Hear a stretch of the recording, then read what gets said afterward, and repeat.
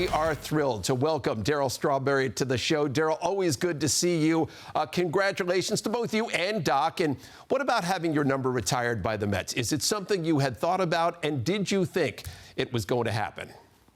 Well, first of all, thanks for having us on the show. Well, of course, me on the show and talking about Doc Gooden, too.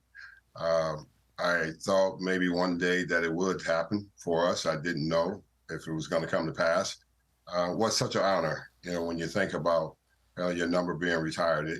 I kind of reflected back on so many things. I was thinking about all the different people that had such a great impact on my career. And Chuck Hiller, my first coach in rookie ball when I came out of high school in Kingsport, Tennessee, and used to call me Turkey Neck. And Gene Dusan, who was my manager in Lynchburg and Jackson, and then Davy Johnson. And you look at all the different people that help you get to that place. You don't forget about them. And I think that's so important. And, when you think about a career, you think about a franchise, you think about the Mets franchise, you think about where we were at when I came up in 1983. We were a poor team, last place team, and most of the guys were on their way out. They were veteran players. And then Doc Gooden comes up the next year and win Rookie of the Year after me. And the franchise turned around, blended in with so many great, wonderful players. And this is just not about me and Doc. This is about the Mets. This is about the players. This is about Keith. This is about Ronnie. This is about Gary Carter. This is about Lenny Dykstra, Wally Backman. Just all the different guys, Ray Knight, all the different guys that had a part to play in this. You just don't play by yourself. It had to be a great team to be a great player. Why do you think it is so important for the organization to embrace its history the way they have in recent years? Well, I think if you're in New York City and the other team across town, the Yankees, they embrace their history of what sports is all about and their players is all about. I think it's important for the Mets to be able to do that, too, for themselves, because you look at it, you had phenomenal players. You had players that have made history for that 86 championship team. I always talk about we wouldn't have been that 86 championship team if we did not have Gary Carter. That was a big piece for us. That's a history player. That's someone that came in and made a big impact on what that club was all about to help us get over the top. We lost in 84 and 85, the Cubs and the Cardinals, and then, Carter was on that roster at 86, and he comes up big for us, and he plays big that season for us. And just everybody, the players over the years, all the guys that I had a chance to play with over the years. Number 18 is just not about Darryl Strawberry.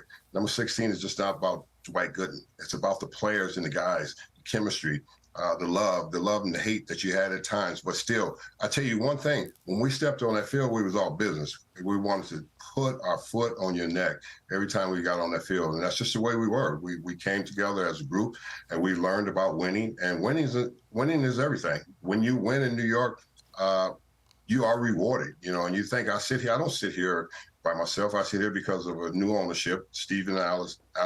They have made a decision that the history of this franchise have had some great players, and we need to honor that. And it's such a great honor for myself and Doc to be able to say that, our numbers are being retired for what we did as a young player coming up to this organization and realizing being a homegrown player and getting to the pinnacle top of your career and playing the Shea Stadium like we did and winning ball games every night for those fans. I think that was the most important thing. One of the things we know, Doc, you, Darryl, one of the things that, without question, you and Doc are always going to be linked together. So I wonder about that relationship, what it was actually like when you played together and what it's like now. Hey, we should have been married. I should have just married Doc, so we could just eliminate all the craziness that everybody was thinking about, because the relationship is always going to be a love relationship between me and Doc, no matter what. We come through this organization and we played together to be a winner. And Doc is a very special person. No matter what we've been through, we're people, we're human beings. We've had our shortcomings in life. But I can tell you one thing. When we put that uniform on every night that we ran out on that field, we believed in each other. I can tell you that. Doc believed in me as a hitter, and I believed him as a pitcher when he took the mound. So there's a special bond that will always be there. We'll be tied together. Yes, everybody always want to say some animosity there, and that's not true. I mean, I love Doc. I care about Doc more. He's just like a brother. He's like one of my kids. He was a kid behind me coming up. So I'm excited about what has happened for him, what is going to happen for his family just as well as my family. Darryl, it is so great to visit with you, and such a wonderful honor being bestowed upon you and Doc, and certainly well-deserved. So we look forward to it next season out at Citi Field, seeing your number go up into the rafters at the ballpark. Good to see you, Darryl. Thanks for having me. I appreciate it.